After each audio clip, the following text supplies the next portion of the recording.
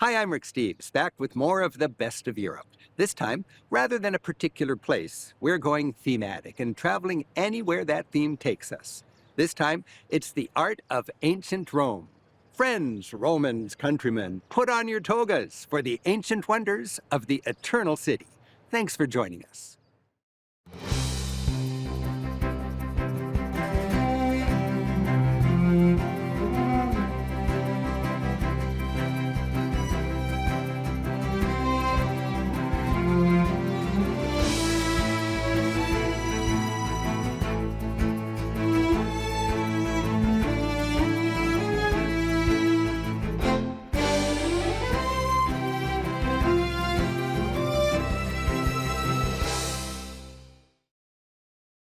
The magnificence of ancient Rome. Lavish decoration for lavish palaces and massive statues for massive egos shows itself in great art.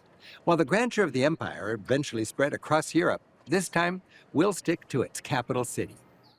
We'll start with Rome's legendary beginnings, and then see how it rose to conquer its neighbors and win them over with engineering smarter and mightier than the world had ever seen. At its peak, Rome enjoyed unprecedented luxury. Huge arenas for entertaining the masses, monuments to egotistical emperors, and temples with glorious domes, all with a fine eye for beauty. We'll see how ancient sculptors carved all that marble, and how the pragmatic Romans came to embrace both Greek gods and Christian ones. Finally, we'll watch as the glorious empire fell, leaving a foundation for the rise of today's Europe. Ancient Rome lasted 1,000 years, from 500 BC to 500 AD. It grew for 500 years, peaked for 200, and fell for 300 years. Actually, it's a bit more complicated than that.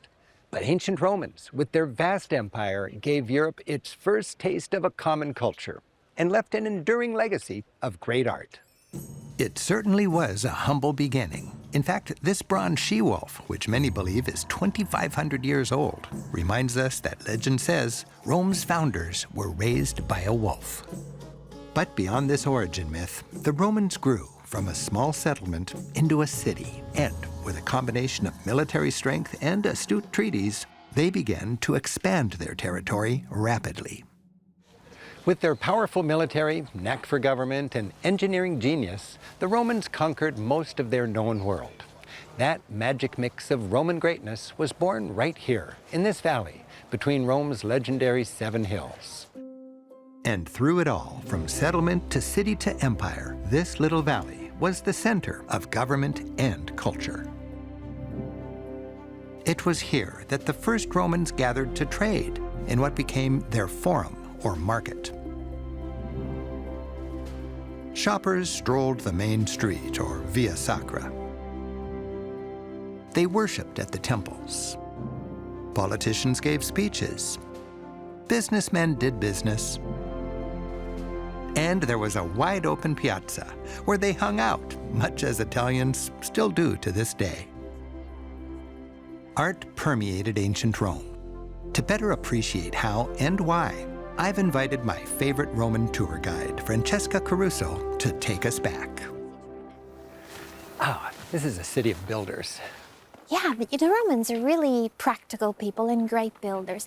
And one thing that's interesting is that the Romans build a lot for people, not just for the gods, not just temples, but roads, sewers, bridges. And all of their buildings have to have 3 qualities. All their buildings have to be solid, useful, and beautiful. So I know this was the political and commercial center, but I can't imagine what it must have looked like in the day. Well, imagine standing here at the peak of the empire. We would have been surrounded by these immense buildings covered in marble, gleaming in the sun. All of the bricks in here must be imagined with a veneer of marble. White, certainly, but also an element of color. I imagine the city as just gleaming white marble. No, the classical white never existed in classical times. We have to get rid of this idea that Rome was a forest of white marble only. It's not true. There was color everywhere. And then we have to imagine this city and this place completely filled with statues, thousands of statues, maybe in Rome as many as one every two people. We imagine them as those empty-eyed white ghosts staring into nothing in museums, but those statues were painted, and they looked incredibly realistic. Painted eyes, painted hair, maybe a skin tone, maybe part of their clothing painted. So you could say Rome really was the city of art. It was. The Romans would never understand why we would have to pay a ticket to go see art in a museum behind a rope or behind glass. The art that we see in museums today lived with them, around them, wherever they went. And then on a celebration day when they had a big procession coming down the main street. Oh, it would have been right here. So imagine a procession with the prisoners in chains, wagons full of spoils. Imagine the trumpets, the flower petals thrown in the emperor's path, the cheering as they passed. They also had these wagons full of art that they brought back from these foreign lands as spoil. So imagine wagons full of statues and paintings and objects that people here had never seen. But so even the art was shown on the parade. And the art and the festival and the pageantry, it was a kind of propaganda. Yes, it's making everything visual. You're showing that you conquered. You use art and architecture to say that you're in power and that it's better to obey. Yes, it's all propaganda. So just how big was Rome at its peak? At its peak, the Roman Empire went from Britain all the way to the Middle East, and every inch of land overlooking the Mediterranean Sea was Roman. And they called the Mediterranean Mare Nostrum, our sea. Eventually, Rome did not refer just to the city, but to the entire Roman world. If you had to sum up the key to success for the Roman Empire, they're so successful. The Roman Empire was successful because of brutal military force, without a doubt, but also an incredible talent for assimilation. They assimilated their cultures, they admired them. Think of the reverence for Greece, for example. And Egypt. They were fascinated by Egypt and its antiquities, and they used Egyptian art both as propaganda and as inspiration. Think of the obelisks. There are more obelisks in Rome than there are in any place, even in Egypt. And they are everywhere today, and they were everywhere in antiquity, and they stood for the fact that Rome had taken over Egypt. But there was even an ancient Roman who had a tomb made in the shape of a pyramid, so we even have an Egyptian pyramid in Rome. And when you think of assimilation, that really included other people's religions.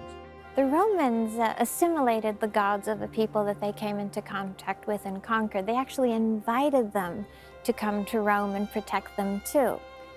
So in the Roman Empire, you could worship your own gods and keep your own customs as long as you obeyed and you paid your taxes. The Romans were infrastructure geeks and engineering wonks. If an ancient Roman tourist came to America, their sightseeing bucket list would include a freeway interchange and the Golden Gate Bridge. In many ways, the art of Rome was engineering, building the no-nonsense infrastructure of empire and adding to that propaganda to celebrate that empire and keep people in line. As Rome expanded, they built elaborate waterworks, aqueducts you can see to this day, bringing fresh water into the great cities of the empire. To Nîmes in France, Segovia in Spain, and of course into the city of Rome itself. They built roads to connect their conquests and facilitate trade and communication. The Appian Way, Rome's gateway to the east, was the grandest and fastest, a wonder of its day. Very straight, as Roman engineers were fond of designing, it stretched 400 miles, past Naples and on to Brindisi, from where Roman ships sailed to Greece and Palestine. These are the original stones. By the 1st century BC, you could have traveled from Jerusalem all the way to Spain on Roman roads like this, through an empire enjoying unprecedented stability and peace. Whether you were a traveling tin merchant, a postal carrier, or the commander of some Roman legion, this network of roads made doing your work much easier. Of all the cultures Rome conquered, there was one that was even more sophisticated than their own, and that was Greece. While Rome conquered Greece militarily, in many ways, it was conquered in return by Greek culture, religion, philosophy, art, and so on. And that assimilation actually elevated and refined Roman civilization. And thanks to this Roman reverence for all things Greek, Much of ancient Greek culture has survived until today. As Rome respected and even co-opted Greek culture, we see parallels between the two societies. For example, while Zeus was king of the Greek gods, Jupiter was his Roman counterpart. Poseidon was the Greek god of the sea, while Neptune protected Roman sailors. Greek lovers embraced Aphrodite, and Roman Romeos prayed to Venus. And like the Greeks, the Romans earned the favor of their many Greek gods by sculpting them beautifully. The Romans built Greek-looking temples, but rather than carved out of stone, they were built more economically. No-nonsense structures of cement mixed with rubble, faced with brick, and then decorated with a stucco or marble veneer and a Greek-style facade. Romans used the Greek look for their grandest buildings, from arenas to theaters and libraries.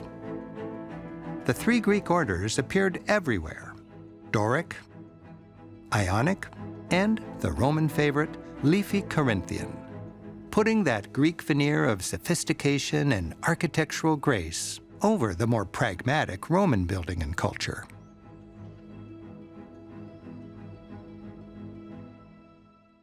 Romans emulated the high culture of the Greeks, and when it came to capturing beauty, their forte was making excellent copies of Greek originals. In fact, many original Greek masterpieces, like this discus thrower, while lost today, survive thanks to the Romans, who cranked out copies of them in mass quantities to decorate their temples, villas, and baths. These fine Greek-style statues, tangled wrestlers, kissing cupids, and playful characters, which once adorned the courtyards of wealthy families, are constant reminders of the sophisticated Greek culture that made wealthy Rome even richer. By the way, whether in ancient times or in modern times, sculpting with marble is essentially the same process. The sculptor generally starts with a clay model. Making this is the creative work of the artist. Once this is finished, it's copied. An artisan can take it from there. From the clay model, a plaster cast is made. And then, with a pointing machine, corresponding points are copied. The sculptor starts with a raw piece of marble, chipping at first with a big chisel, then various finer chisels, then a rasp, and finally polished with sandpaper, creating the same timeless beauty as the ancients. By the 1st century BC, Rome had grown so vast that its original government, a more democratic republic, had become unsuited to rule such a far-flung territory. That's when Rome went from republic to empire, from a focus on the collective good to the personal ambition of its ruler. And two dynamic men entered the scene. Hail Caesars! Julius Caesar and the next ruler, his great-nephew, who became the first emperor, Caesar Augustus, made sure the art of their time gave citizens confidence in their government. Portrait busts made it clear, looking into the eyes of the man who called himself the first among equals, you're confident that the ship of state was in good hands. Augustus ushered in that 200 years of relative peace and prosperity known as the Pax Romana, or Roman peace. This glorious altar of peace embodies the dawning of that optimistic era. For the next 2 centuries, the vast Roman Empire, the entire Mediterranean world, including much of Europe, enjoyed a golden age of good living and stability under Roman rule, at least according to the propaganda. These exquisite reliefs celebrate Rome's success and its prosperity. The goddess of fertility is surrounded by symbols of abundance, and the message is clear. We should be thankful for our emperor. It's a nice message, but the peace that altar celebrates came by oppressing and exploiting people in faraway lands. Throughout history, the victors get to shape their legacy through their art. The empire's great wealth, booty, taxes, and slave labor flowed inward to the capital, creating the greatest city ever seen, with a population of over 1 million. The city of Rome was the wonder of its age, adorned with marble temples, grand arenas, gleaming statues, a chariot racecourse to accommodate 250,000 fans, and more, all on a scale never before seen. Soon, the city of Rome was ornamented with the Roman specialty, supersized monuments built on a colossal scale. Of all the grand monuments of the empire at its peak, the most colossal must have been the Colosseum, a huge sports stadium where trained gladiators fought to the death. The Colosseum, solid, useful, and beautiful, is a great example of Roman architecture and aesthetics. While this megastructure is a no-nonsense Roman design, again, the facade is Greek, decorated with the 3 Greek orders of columns: Doric, Ionic, and Corinthian.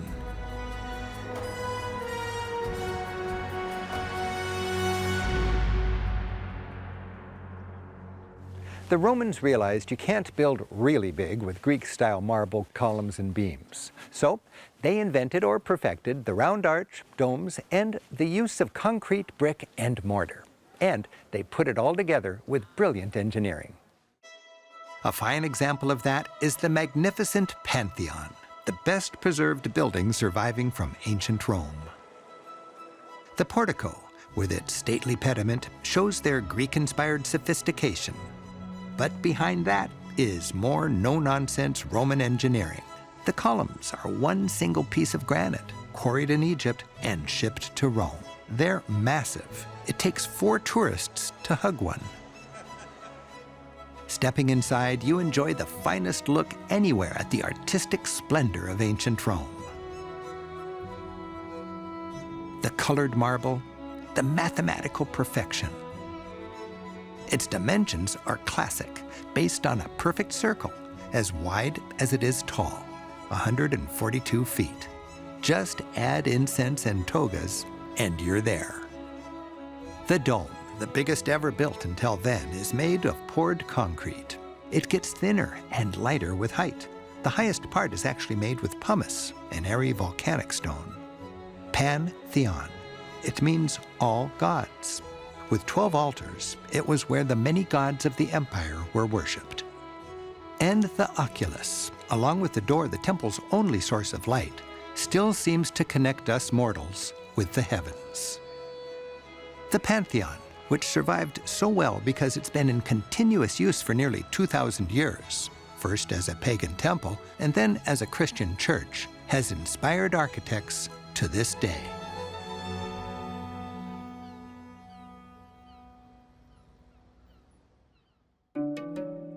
While we often think of Roman art as grandiose, it was also intimate, especially when it decorated ancient homes. The wealthy covered their floors in what became a Roman specialty, mosaics. These are made from thousands of small, colorful stone tiles, laboriously pressed into wet cement. The Romans took mosaic making to the level of fine art. At first glance, these pictures look like paintings, but they're actually exquisite micro-mosaics, made of thousands of tiny, pixel-like chips of stone and glass. Notice the natural poses, shading, perspective. This is the Roman realism that would inspire Renaissance artists over 1,000 years later in Florence. And this art form is timeless. From ancient times until modern, artists have made delightful mosaics. The art of mosaic making is still alive and well. The process is much the same today as it was in ancient Roman times. Minerals are baked into glass to make a rainbow of colors. The colored glass and gold leaf pieces are broken with a hammer then artfully set in wet cement. The results, beautiful today as they were in the days of Caesar. Romans also decorated their homes with colorful frescoes, giving them a creative outlet to celebrate things they valued. They added depth, believable 3D, to make it more realistic. Again, typical of the artistic skills that would be lost with the fall of Rome and not rediscovered until the Renaissance, centuries later. These delightful surviving frescoes bring color to our image of daily life back then. Romans liked to think of themselves as somehow living in parallel with the gods, so these domestic scenes come with a twist of mythology. And this painted garden, once wallpapering a Roman villa, showed an appreciation for nature while creating an atmosphere of serenity. In their everyday lives, Romans enjoyed the finer things. From exquisite jewelry to this delicate golden hairnet, we can only marvel at lifestyles of the rich and Roman. While centuries earlier the Greeks idealized, with each goddess a classic beauty, the Romans added their own characteristic twist, realism. More down to earth, showing an intimate side of everyday Roman life. They decorated their homes with often whimsical statues and fountains. This statue captures a peaceful moment as a boy patiently pulls a thorn from his foot. And this tipsy faun is a playful reminder of a Roman trait that survives to this day, their fondness for good food and fine wine. Besides noble gods, they sculpted real people from all aspects of Roman life, no longer so idealized, but realistically. The Romans sculpted ultra-realistic warts-and-all portrait busts of themselves, people like you'd meet on the streets 2,000 years ago. While ancient Rome's architecture was monumental, its portraits, whether sculpted or painted, humanized the Romans. They were just people, people like you and me, without electricity.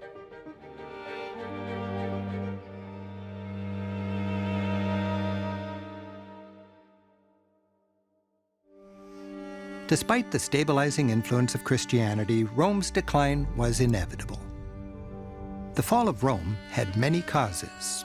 There was a string of terrible emperors. Especially near the end, emperors were routinely assassinated. The infrastructure crumbled. Critical ports silted up. Subjugated people, the so-called barbarians, rose up. Rome's legions were sent backpedaling as the once invincible empire gradually shrank. Even the walls of Rome itself were breached, and the city was looted and sacked, vandalized by a tribe actually called the Vandals.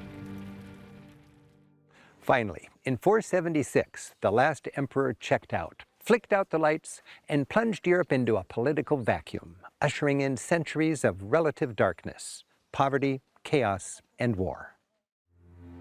The once great capital city of 1 million people, repeatedly ravaged by barbarians and plagues, eventually lost over 95% of its population. The place where Rome began, the Forum, was abandoned, later nicknamed the Cowfield. Rome's grand structures crumbled, were built over, and eventually got buried under centuries of rubble, silt, and today's modern city. Yes, Rome fell, but its spirit lived on, in the Latin language, in laws and literature, in the Roman Catholic Church, and in its monumental art and architecture, grandeur that would inspire Europe for centuries to come. Europe offers a lifetime of artistic treasures, and the more you understand its art, the more you'll appreciate the society that created it. I hope you've enjoyed our sweep through the highlights of ancient Rome. From this great city grew a vast empire that laid the foundations for what we know as Europe. I'm Rick Steves. Until next time, keep on traveling.